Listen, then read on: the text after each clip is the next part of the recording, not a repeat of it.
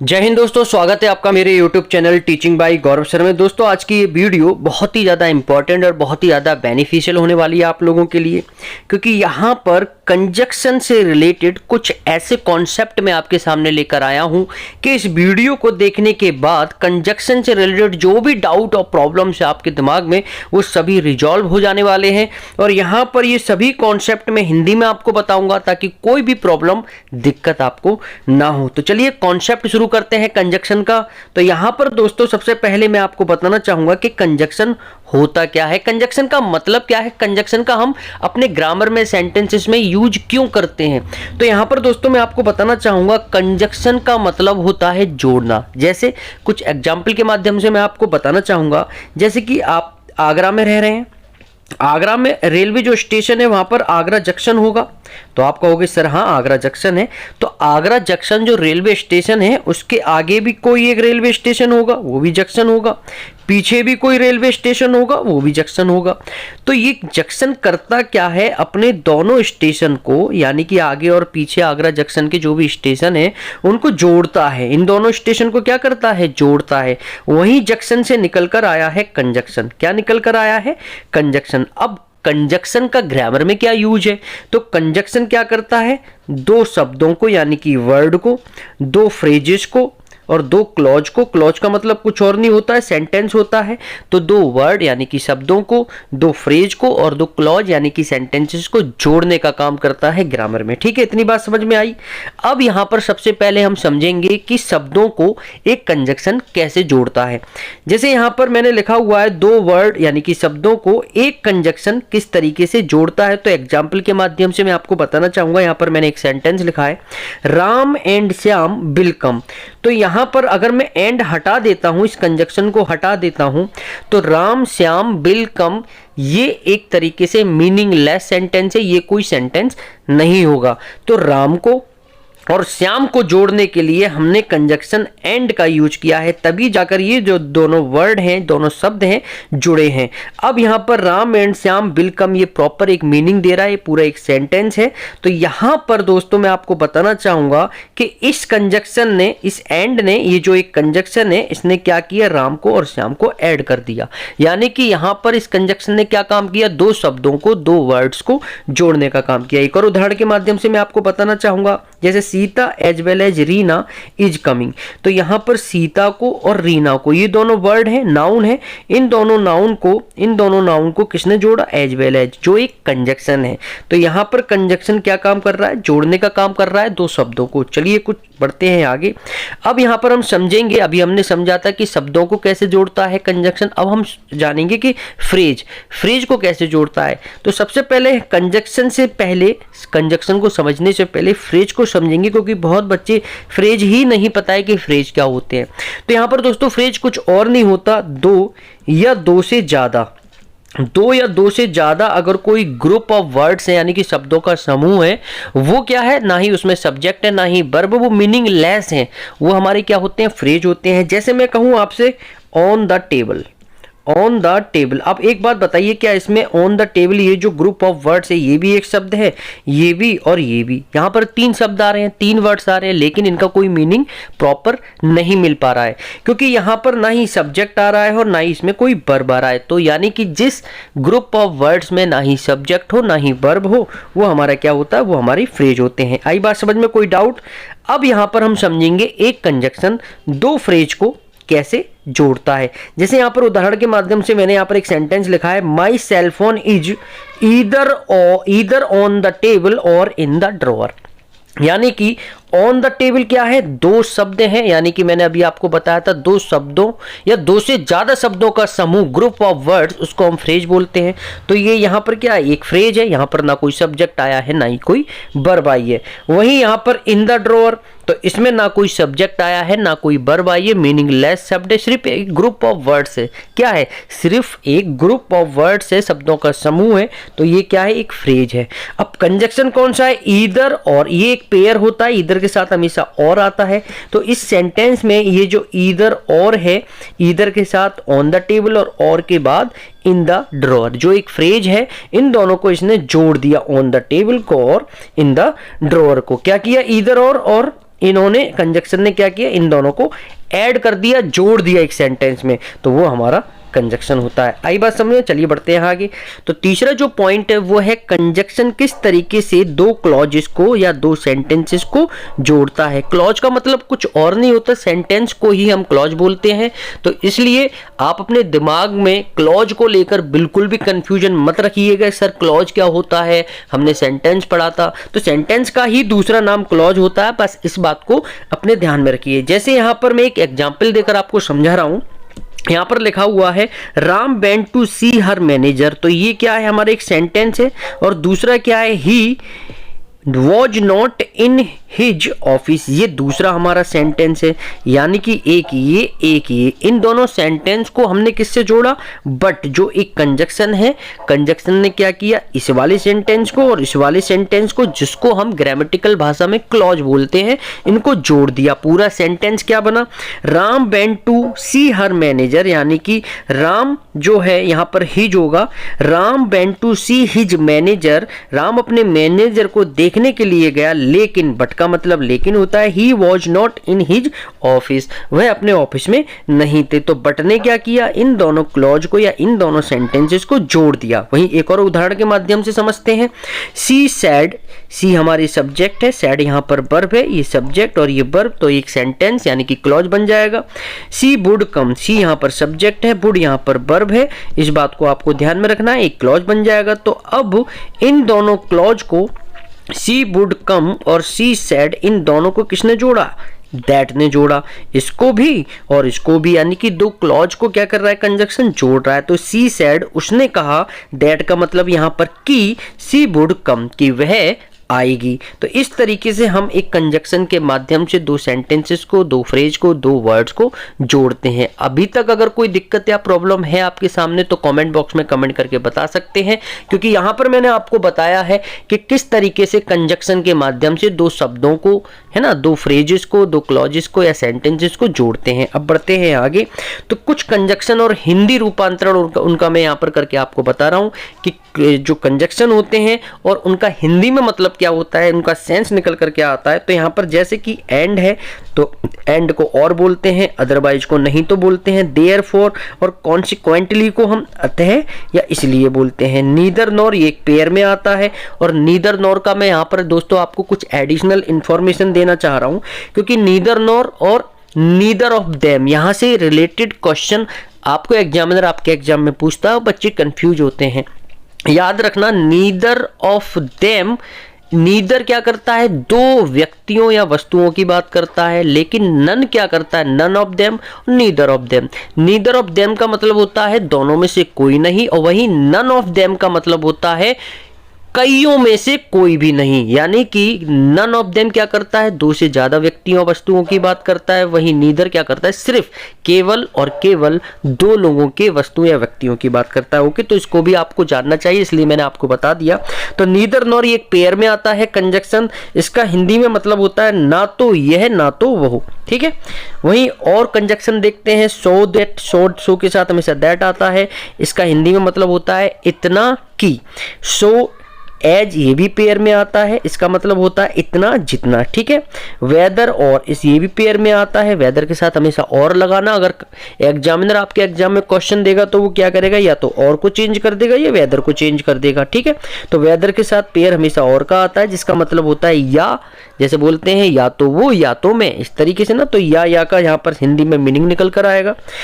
As soon as, as soon as का हिंदी में मतलब होता है जैसे ही या वैसे ही। और का मतलब तो आपको पता ही होगा, एग्जाम में क्वेश्चन भी आते हैं, क्वेश्चन दो होते हैं, उसके बीच में और का साइन यानी कि और लिखा रहता है, इसका हिंदी में मतलब होता है अथवा या फिर या नहीं तो। ये हमारे हिंदी में मतलब होते हैं। और यहाँ पर कंजक्शन होता है, और कंजक्शन के तो not only but also, not only but also हमेशा पेयर में आता है। आपको ये भी याद रखना है, बट ऑल्सो को, बट ऑल्सो के बाद अगर नाउन आया है तो नॉट ओनली के बाद भी सेंटेंस में नाउन आएगा। एग्जामिनर क्या करता है, नॉट ओनली के बाद कभी वर्ब लगा कर दे देगा, इधर नाउन लगा कर दे देगा। तो यहाँ पर मैं एडिशनल इन्फॉर्मेशन आपको दे रहा हूँ, इस बात को भी आपको ध्यान में रखना है कंजक्शन के साथ साथ। तो यहाँ पर नॉट ओनली बट ऑल्सो ये एक पेयर वाला कंजक्शन है, नॉट ओनली के साथ हमेशा बट ऑल्सो आता है। इसका हिंदी में मतलब होता है ना केवल ये डैश बल्कि वो भी, ठीक है। इस तरीके से मतलब निकल कर आता है। वेयर एवर का मतलब होता है जहां कहीं भी, वेन एवर का मतलब होता है जब कहीं भी, वाइल का मतलब होता है के दौरान, एज का मतलब होता है क्योंकि और इसलिए, एज वेल एज का मतलब साथ ही साथ, सो और हैंस का मतलब भी इसलिए होता है। ओके, ईदर और ये एक पेयर में आता है कंजक्शन, ईदर के साथ हमेशा और आता है। इनका मतलब होता है या तो डेड डेड एस या, यानी कि या तो वो या तो मैं, या तो राम या तो श्याम, इस तरीके के सेंटेंस आपको एग्जाम में देखने के लिए मिल जाएंगे। बोथ एंड ये एक पेयर होता है, बोथ के साथ हमेशा एंड आता है। एग्जामिनर क्या करता है कि एंड के स्थान पर कभी दूसरा कोई वर्ड लगा कर दे देगा और आपको कंफ्यूजन में डाल देगा। तो यहाँ पर बोथ के साथ हमेशा एंड आता है, जिसका हिंदी में मतलब होता है दोनों राम और श्याम। यहाँ पर श्याम होगा, यहाँ पर राम होगा, यानी कि दोनों डेड डैश और। ओके, टू डैश टू, यानी कि टू का पेयर होता है टू के साथ, इस बात को आपको ध्यान में रखना है। इसका हिंदी में मतलब होता है इतना कि। एज एज एज एज का भी पेयर होता है, एज के साथ हमेशा एज लिखते हैं, इसका हिंदी में मतलब होता है इतना जितना। एज के साथ सो लिखते हैं, इसका भी एक पेयर होता है, इसका हिंदी में मतलब होता है जैसा वैसा। कभी भी पेयरिंग हमें चेंज नहीं करनी है, जो ये पेयरिंग हो रही है इन कंजक्शन की पेयरिंग याद रखनी है, किसके साथ कौन सा वर्ड आया है। बट का मतलब तो आपको सभी को पता है, बट का मतलब होता है लेकिन, परंतु, किंतु, पर, ठीक है ना। तो पढ़ते हैं नेक्स्ट। नो सूनर का पेयर देन से होता है, नो सूनर के साथ हमेशा देन आता है, जिसका हिंदी में मतलब होता है जैसे ही वैसे ही। स्कार्सली और हार्डली के साथ हमेशा पेयर वैन का बनता है, इस बात को आपको ध्यान में रखना है। स्कार्सली और हार्डली के साथ हमेशा वैन आता है। एग्जामिनर वैन को हटाकर कुछ और कर देगा, तो इसलिए आपको ध्यान में रखना है, कहीं भी स्कार्सली और हार्डली दिख जाता है तो वहां पर हम पेयर वैन से लगाएंगे। इसका हिंदी में मतलब होता है मुश्किल से ही। वेयर का मतलब होता है जहां, वैन का मतलब होता है जब, अनटिल अनलेस का मतलब होता है जब तक तब तक, ठीक है। बढ़ते हैं आगे। यहाँ पर मैंने सभी कंजक्शन और उनकी हिंदी को इंक्लूड किया है ताकि आपको कंजक्शन से रिलेटेड कोई भी प्रॉब्लम ना हो। बच्चों को हिंदी में प्रॉब्लम होती है, उसका कंजक्शन का सेंस निकालने में प्रॉब्लम होती है कि ये अपनी मीनिंग क्या दे रहा है। तो यहाँ पर सभी कंजक्शन को मैं आपके सामने लेकर आया हूँ। बिकॉज, बिकॉज भी यहाँ पर एक कंजक्शन है जिसका हिंदी में मतलब होता है क्योंकि। लेट्स और शुड, लेस्ट के साथ हमेशा शुड आता है, याद रखना। एग्जामिनर शुड के स्थान पर कुछ वुड कर देगा, कैन कर देगा, तो इस बात को आपको ध्यान में रखना है। लेस्ट का पेयर शुड से होता है, जिसका हिंदी में मतलब होता है ऐसा ना हो कि या फिर वरना, ठीक है। ऐसा ना हो कि यानी कि वरना, यानी कि इन दोनों में से कोई भी एक मीनिंग आप मान सकते हैं। सच का पेयर दैट से होता है, इसका मतलब होता है इतना कि। प्रोवाइडेड का मतलब होता है बशर्ते, इस बात को आपको ध्यान में रखना है। ऑल्दो और दो का मतलब होता है यद्यपि, फिर भी, या फिर तथापि। ओके, वेयर एज का मतलब होता है जबकि। बढ़ते हैं नेक्स्ट। एज, एज दो का मतलब क्या होता है? एज दो का मतलब होता है मानो। इफ का मतलब होता है यदि। एज इफ का मतलब होता है मानो कि। नेवरदलेस का मतलब होता है के बावजूद। इन स्पाइट ऑफ और डेस्पाइट ऑफ, इन तीनों का ही मतलब होता है के बावजूद। ओके, एज फॉर एज का मतलब क्या होता है? एज फॉर एज का मतलब होता है जहां तक। नेक्स्ट आते हैं, यहां पर मैंने सभी कंजक्शन के मीनिंग हिंदी में आपको बता दिए हैं। अगर कोई भी तब भी कोई दिक्कत हो रही है आपको तो प्लीज कमेंट बॉक्स में कमेंट करके बता सकते हैं। बढ़ते हैं आगे। अब यहाँ पर दोस्तों बात करेंगे टाइप्स ऑफ कंजक्शन की। ओके, कि टाइप्स ऑफ कंजक्शन क्या होते हैं। तो यहाँ पर तीन टाइप के होते हैं। पहला होता है कोऑर्डिनेटिंग कंजक्शन, दूसरा होता है सबऑर्डिनेट कंजक्शन, तीसरा होता है कोरिलेटिव कंजक्शन। एग्जामिनर किस तरीके से क्वेश्चन देगा, एक आपको सेंटेंस दे देगा, एक कंजक्शन उसमें रख देगा और आपसे पूछेगा बताओ ये कंजक्शन कौन सा है, सबऑर्डिनेट है, कोरिलेटिव है, कोऑर्डिनेट है, इनमें से कोई नहीं। अब बच्चा कंफ्यूज हो जाता है। तो यहाँ पर step by step subordinate, coordinating, correlative conjunction को हम सीखेंगे। तो यहाँ पर सबसे पहले कोऑर्डिनेट कंजक्शन की हम बात करें तो यहां पर मैंने एक एक्रोनिम्स आपको दी है, फैन बॉयज। इसको आपको बहुत ही आसानी से सरलता से याद हो जाएगा। फैन बॉयज, फैन ये है, बॉयज ये है। अब आप आसानी से याद कर लोगे। यहां पर मैं हर एक एक्रोनिम्स को डिफाइन करके बताऊंगा। एफ का मतलब होता है फॉर, ए का मतलब होता है एंड, एन का मतलब होता है नॉर, बी का मतलब होता है बट, ओ का मतलब होता है यहाँ पर और, बाई का मतलब होता है यहाँ पर यट, और यहाँ पर एस का मतलब होता है सो।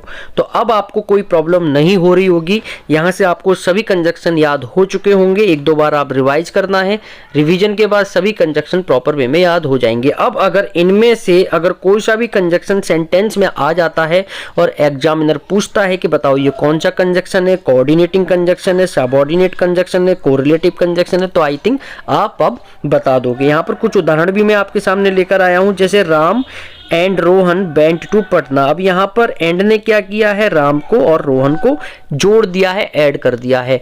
वहीं एग्जामिनर पूछेगा आपसे बताओ यहाँ पर ये जो एंड है ये कौन सा कंजक्शन है, कोरिलेटिव कंजक्शन है, सबऑर्डिनेट, तो आई थिंक अब आप बता दोगे। दूसरा सेंटेंस है I went to the shop but it was close. यहाँ पर क्या ये एक क्लॉज है, ये भी एक क्लॉज है, इसको हम सेंटेंस भी बोल सकते हैं। क्लॉज में क्या होता है, सब्जेक्ट और वर्ब आती हैं। इन दोनों क्लॉज को किसने जोड़ा है, बट ने जोड़ा है। अब एग्जामिनर पूछ लेगा ये जो बट है ये कौन सा कंजक्शन है, सबऑर्डिनेट, कोरिलेटिव या कोऑर्डिनेटिंग कंजक्शन, तो आई थिंक अब आप बता दोगे ये कौन सा कंजक्शन है। चलिए बढ़ते हैं आगे, कुछ और उदाहरण मैं आपको देकर समझाऊंगा। I was hungry so I ate an apple. मैं भूखा था, सो का मतलब इसलिए होता है इसलिए मैंने एक एप्पल खा लिया। ओके, शी वॉज टायर्ड, वह बहुत ही थकी हुई थी, यानी कि वह थकी हुई थी। यट का मतलब होता है फिर भी, क्या होता है, फिर भी वह वहां गई।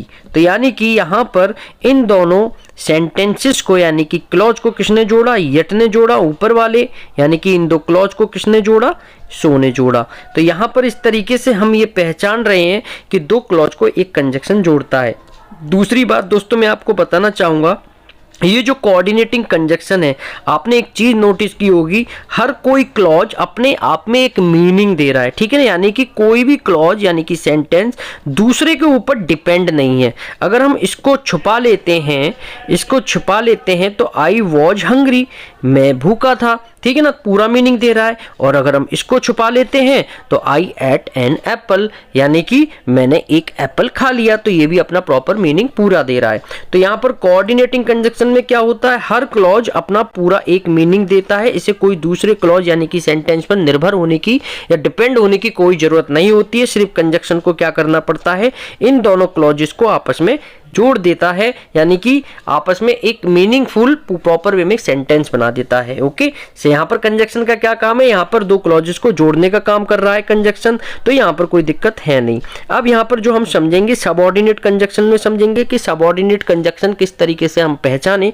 तो कंजक्शन में क्या होता है, इस कंजक्शन जहां भी ये आता है वो क्या करता है कि एक क्लॉज को दूसरे क्लॉज पर डिपेंड होने के लिए मजबूर कर देता है। कैसे हम सीखेंगे वो मैं एग्जाम्पल के माध्यम से आपको बताऊंगा। फिलहाल ये देखते हैं कि कंजक्शन कौन कौन से होते हैं, सबऑर्डिनेटिंग कंजक्शन कौन कौन से होते हैं। तो when, whenever, after, as, because, before, till, until, by the time, as soon as, if, that, so that, in order that, provided, so, while, as long as, where, supposing, ये सभी क्या है, ये सभी हमारे सबऑर्डिनेट कंजक्शन है, इसको आपको ध्यान में रखना है। अब हम यहाँ पर ये देखेंगे कि सबऑर्डिनेट कंजक्शन को किस तरीके से सेंटेंस में हम पहचाने, और एग्जामिनर पूछेगा आपसे कि बताओ ये कौन सा कंजक्शन है, सबऑर्डिनेट है, कोऑर्डिनेटिंग कंजक्शन है, तो ये सब चीजें हम जानेंगे। जैसे कि यहाँ पर मैंने एक सेंटेंस लिखा है, व्हेन आई सॉ हिम, ठीक है ना, आई स्टॉप्ड द कार। अगर यहाँ पर मैं आई स्टॉप्ड द कार को छुपा लेता हूं और इस सेंटेंस की बात करता हूं व्हेन आई सॉ हिम, क्या ये अपना प्रॉपर मीनिंग पूरा दे रहा है, जब मैंने उसे देखा। तो जब मैंने उसे देखा ये प्रॉपर मीनिंग नहीं दे रहा है, क्योंकि यहां पर ये जो सेंटेंस है इसको एक दूसरे सेंटेंस की जरूरत है अपना पूरा मीनिंग देने के लिए। और यहां पर अगर इस वाले की हम बात करें तो आई स्टॉप्ड द कार, ये अपना प्रॉपर पूरा मीनिंग दे रहा है, मैंने कार रोक दी। तो यानी कि इस सेंटेंस को दूसरे सेंटेंस के ऊपर डिपेंड रहने की कोई जरूरत नहीं है, ये अपने आप में क्या है, इंडिपेंडेंट है, स्वतंत्र है। तो जब ये इंडिपेंडेंट है तो इसको इंडिपेंडेंट क्लॉज बोल देते हैं, और वहीं इसकी जो दूसरी भाषा है ग्रामर में इसको प्रिंसिपल क्लॉज बोल देते हैं। ये और ये दोनों सेम है, तो इसलिए कंफ्यूज मत होना कि प्रिंसिपल क्लॉज क्या होता है, इंडिपेंडेंट और डिपेंडेंट क्लॉज क्या होता है। ओके, तो यहां पर मैं फिर रिपीट करके बता देता हूं कि यहां पर दो क्लॉज हैं, इस क्लॉज को हमने मिटा दिया, आई स्टॉप द कार। तो यहां पर ये सेंटेंस में सब्जेक्ट आ रहा है, वर्ब आ रही है, ऑब्जेक्ट आ रहा है, प्रॉपर मीनिंग दे रहा है, यानी कि एक इंडिपेंडेंट है, इसे दूसरे सेंटेंस के ऊपर डिपेंड होने की कोई जरूरत नहीं है, ये अपना प्रॉपर पूरा मीनिंग दे रहा है, तो इसलिए ये इंडिपेंडेंट है, तो इंडिपेंडेंट क्लॉज है, इसका दूसरा नाम प्रिंसिपल क्लॉज है। एग्जामिनर कभी कभी पूछ लेता है एक सेंटेंस में देकर के बताइए ये वाला पार्ट डिपेंडेंट क्लॉज है या इंडिपेंडेंट क्लॉज है, या फिर आपसे पूछ लेगा कि प्रिंसिपल क्लॉज है या सबऑर्डिनेट क्लॉज है। बच्चा कंफ्यूज हो जाता है कि कैसे बताएं कि प्रिंसिपल क्लॉज है या सबऑर्डिनेट क्लॉज है।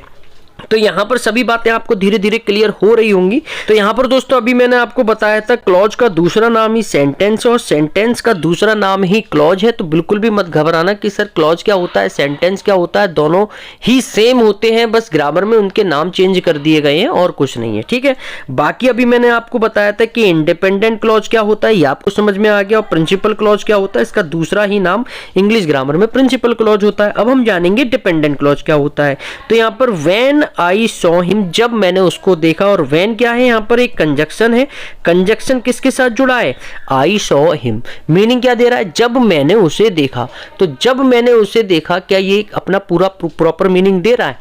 आप कहोगे नहीं सर ये प्रॉपर मीनिंग नहीं दे रहा है पूरा, यानी कि इस सेंटेंस को दूसरे सेंटेंस की यानी कि क्लॉज की जरूरत है, तब जाकर ये अपना पूरा प्रॉपर मीनिंग देगा। अब हमने क्या किया, When I saw him, इसको हमने इसके साथ ऐड कर दिया, I stopped the car, यानी कि अब ये पूरा सेंटेंस बनकर एक मीनिंगफुल सेंटेंस बन चुका है, अभी अपना प्रॉपर मीनिंग दे रहा है। जब मैंने उसे देखा, I stopped the car, मैंने अपनी कार रोक दी, अब ये अपना प्रॉपर मीनिंग दे रहा है। तो ये जब दूसरे सेंटेंस दूसरे क्लॉज के ऊपर डिपेंड है तो ये क्या हो जाएगा, डिपेंडेंट क्लॉज हो जाएगा, और इसी का दूसरा नाम इंग्लिश ग्रामर की भाषा में इसको हम सबऑर्डिनेट क्लॉज भी कह देते हैं। इतनी बात समझ में आ गई, चलिए बढ़ते हैं आगे, कुछ और उदाहरण के माध्यम से हम समझते हैं। If you work hard you will succeed, अगर हम यू विल सक्सीड सिर्फ इतने ही पोर्शन की बात करें तो ये अपना प्रॉपर मीनिंग दे रहा है, क्योंकि यहाँ पर सब्जेक्ट भी आ रहा है और यहाँ पर वर्ब भी आ रही है, कोई प्रॉब्लम है नहीं। यू विल सक्सीड, आप सफल हो जाओगे, यहाँ पर आप सफल हो जाओगे। ये जो सेंटेंस है इसको दूसरे सेंटेंस के ऊपर डिपेंड होने की या क्लॉज के ऊपर डिपेंड होने की कोई जरूरत नहीं है, तो इसलिए ये वाला क्लॉज कौन सा हुआ, ये हमारा इंडिपेंडेंट क्लॉज हुआ। इसका दूसरा नाम क्या है, ये हमारा प्रिंसिपल क्लॉज भी बोलते हैं। अब हम बात करेंगे इस वाले की। तो यहाँ पर इफ यहाँ पर हमारा कंजक्शन है, तो जो भी कंजक्शन वाले वर्ड हैं, जो भी कंजक्शन है वो जिस क्लॉज के साथ ऐड होते हैं वो दूसरे क्लॉज के ऊपर निर्भर हो जाता है, डिपेंड हो जाता है। अब जैसे कि इफ यू वर्क हार्ड, अगर तुम कठिन परिश्रम करते हो, बस इतना सा सेंटेंस है, क्या ये प्रॉपर अपनी पूरी मीनिंग दे रहा है, नहीं दे रहा, क्योंकि इस सेंटेंस को जरूरत है कुछ दूसरे क्लॉज की, तब जाकर ये अपना प्रॉपर मीनिंग देगा। तो यहाँ पर इफ यू वर्क हार्ड, अगर आप कठिन परिश्रम करते हैं, यू विल सक्सीड, आप सफल हो जाओगे, अब ये प्रॉपर मीनिंग दे रहा है। तो यानी कि ये हमारा क्या था, दूसरे क्लॉज के ऊपर डिपेंड है, तो ये हमारा कौन सा क्लॉज हो जाएगा, डिपेंडेंट क्लॉज हो जाएगा। इसका दूसरा नाम क्या है, ये हमारा सबऑर्डिनेट क्लॉज है। डिपेंडेंट क्लॉज, सबऑर्डिनेट क्लॉज दोनों एक होते हैं। ये क्या है, हमारा कंजक्शन है, तो कंजक्शन जिस सेंटेंस या क्लॉज के साथ जुड़ा होता है वही हमारा डिपेंडेंट क्लॉज हो जाता है। ये सेंटेंस का सेंस डिसाइड करेगा, इसमें आपको पढ़ना है सेंटेंस को और ये देखना है क्या ये अपना प्रॉपर मीनिंग दे रहा है या दूसरे क्लॉज के ऊपर डिपेंड है। अगर डिपेंड है तो वो डिपेंडेंट क्लॉज, ये सबऑर्डिनेट क्लॉज, और अगर डिपेंड नहीं है, इंडिपेंडेंट है, यू विल सक्सीड इस वाले क्लॉज की तरह, तो ये हमारा इंडिपेंडेंट क्लॉज हो जाएगा। इसका दूसरा नाम प्रिंसिपल क्लॉज है। सभी चीजें शायद आपको स्पष्ट हो रही होंगी। यहां पर दोस्तों मैं आपको एक और बात बताना चाहूंगा, हो सकता है एग्जामिनर इस वाले क्लॉज को इधर कर दे और इस वाले क्लॉज को इधर कर दे। जैसे कि यहां पर मैंने लिखा हुआ है, यहां पर लिखा हुआ है यू विल सक्सीड, तो पहले हमने क्या किया, ये वाला इधर ले लिया और ये वाला इधर ले लिया, तो इससे बिल्कुल भी कंफ्यूज होने की कोई भी दिक्कत है नहीं, क्योंकि यहां पर हम किसको पकड़ेंगे, कंजक्शन को पकड़ेंगे और उसके साथ वाले सेंटेंस को पकड़ेंगे, यानी कि क्लॉज को पकड़ेंगे, वही हमारा डिपेंडेंट क्लॉज हो जाएगा, और जो पूरा अपना अर्थ दे रहा है, मीनिंग दे रहा है, वो हमारा इंडिपेंडेंट क्लॉज हो जाएगा, जिसको दूसरी भाषा में हम प्रिंसिपल क्लॉज भी बोलते हैं। ओके, चलिए बढ़ते हैं आगे। यहां पर अब हम बात करेंगे कोरिलेटिव कंजक्शन की। कोरिलेटिव कंजक्शन क्या होता है, बहुत ही इजी होता है, ये पेयर्स में होते हैं। ये कंजक्शन क्या होते हैं, पेयर्स में होते हैं, ठीक है। ये वाले कौन से हुए कंजक्शन, सबऑर्डिनेट, ये एक क्लॉज दूसरे क्लॉज के ऊपर डिपेंड होता है, और जब एक क्लॉज दूसरे क्लॉज के ऊपर डिपेंड होता है वो हमारे ये वाले कंजक्शन होते हैं जिसको हम सबऑर्डिनेट कंजक्शन बोलते हैं। क्लियर। और हमने पहला क्या बताया था, कोऑर्डिनेट कंजक्शन। कोऑर्डिनेट कंजक्शन को हम फैन बॉयज इस एक्रोनिम से याद कर सकते हैं, और ये हर क्लॉज जो है अपना प्रॉपर मीनिंग देता है, यानी कि कंजक्शन सिर्फ जोड़ देता है, दो क्लॉजेस को ऐड कर देता है, जोड़ देता है, मगर ये अपने दोनों क्लॉज क्या करते हैं, प्रॉपर पूरी मीनिंग देते हैं। तो इसलिए इसमें ऐसा कोई प्रॉब्लम है नहीं। तो अब आई थिंक अभी तक आपको सभी चीजें स्पष्ट हो रही होंगी। अब हम आते हैं कोरिलेटिव कंजक्शन पर। कोरिलेटिव कंजक्शन क्या होते हैं, पेयर्स में होते हैं। जैसे ईदर का पेयर और का होता है, नीदर का पेयर नॉर का होता है। नीदर नॉर हमेशा दो वस्तुओं या पर्सन की बात करते हैं। नॉट ओनली का पेयर बट ऑल्सो से होता है। बोथ का पेयर एंड से होता है। वेदर का पेयर और से होता है, और दो का पेयर यट से होता है। इन चीजों को आपको ध्यान में रखना है, लर्न कर लेना है, छाप लेना है अपने दिमाग में। ठीक है, चलिए बढ़ते हैं आगे। यहाँ पर कुछ एग्जाम्पल्स के माध्यम से मैं आपको बताना चाहूंगा। जैसे ईदर कम और गो, या तो तुम आओ या फिर जाओ। तो यहां पर दो शब्दों को, दो वर्ड को इस ईदर और कंजक्शन ने जोड़ दिया है, यानी कि कंजक्शन क्या काम करता है, दो शब्दों को, क्लॉजेस को या फिर फ्रेज को जोड़ने का काम करता है। तो यहां पर ईदर और ये पेयरिंग में आ रहा है। जब पेयरिंग में कोई कंजक्शन आता है तो अभी मैं आपको बता कर चुका हूं कि वो कोरिलेटिव कंजक्शन बन जाता है। तो यहां पर अगर एग्जामिनर आपसे पूछता है कि ईदर और ये जो कंजक्शन है ये कोरिलेटिव कंजक्शन है, सबऑर्डिनेट कंजक्शन है तो आप बता दोगे। तो आई थिंक आपको कोई प्रॉब्लम नहीं हो रही होगी। कुछ और उदाहरण के माध्यम से हम देखते हैं। जैसे कि neither Ram NOR Rohan is in the room, यानी कि नीदर के साथ हमेशा नॉर आएगा। एग्जामिनर क्या करेगा, नीदर के साथ कभी कभी और लगा कर दे देगा। तो ये आपको चीजें क्वेश्चन में देखनी है जब आप एग्जाम हॉल में बैठे हो कि नीदर के साथ और आ रहा है या नॉर आ रहा है। एग्जामिनर सबऑर्डिनेट क्लॉज बोल रहा है कि कोऑर्डिनेटिंग कंजक्शन बोल रहा है, क्या बोल रहा है, ये आपको एग्जामिनेशन हॉल में जब आप पेपर सॉल्व कर रहे होंगे तब ये सभी चीजें डिसाइड करनी होंगी। यहां पर नेक्स्ट देखते हैं, both my sister and my mother are teachers. तो यहां पर आप देख सकते हैं बोथ के साथ हमेशा एंड आता है, कभी कभी एग्जामिनर और या नॉर लगाकर दे देता है। हमेशा पेयर वही रहेगा जो अभी मैं ऑलरेडी आपको दिखा चुका हूं। एक और उदाहरण देखते हैं, I don't know whether C is here और देयर। अभी मैंने आपको बताया था वेदर के साथ हमेशा और आता है, एग्जामिनर कभी कभी एंड लगाकर दे देता है। तो इस बात को भी आपको ध्यान में रखना है। यहां से कंजक्शन से रिलेटेड तब भी कोई डाउट या प्रॉब्लम है तो कमेंट बॉक्स में कमेंट करके बता सकते हैं। तो बहुत सारे क्वेश्चन बन सकते हैं। एक प्रैक्टिस सेट में कंजक्शन से रिलेटेड आपके सामने लेकर आऊंगा। वहां पर इस वीडियो को देखने के बाद उस प्रैक्टिस सेट में अगर कोई भी प्रॉब्लम या कोई भी दिक्कत, वैसे तो कोई दिक्कत होने वाली है नहीं, अगर तब भी कोई दिक्कत या प्रॉब्लम है या फिर इस वीडियो में आपको कुछ चीजें समझ में नहीं आई हैं तो कमेंट बॉक्स में कमेंट करके आप बता सकते हैं। तो थैंक्स फॉर वॉचिंग दोस्तों, ये वीडियो देखने के लिए धन्यवाद। दोस्तों अगर ये वीडियो अच्छी लगी है तो प्लीज लाइक कीजिए, दोस्तों को शेयर कीजिए। पहली बार मेरे चैनल से जुड़े हैं, पहली बार मेरी वीडियो को देख रहे हैं तो चैनल को सब्सक्राइब करके नोटिफिकेशन के बेल आइकन को ऑल पर करके सेलेक्ट कर दीजिए, जिससे मेरे द्वारा बनाई हुई हर वीडियो का लिंक आपको प्रॉपर वे में नोटिफिकेशन के माध्यम से मिलता रहेगा। मिलते हैं अगली वीडियो में एक नए कॉन्सेप्ट के साथ। जब तक के लिए आप अपना ख्याल रखिए। जय हिंद, वंदे मातरम।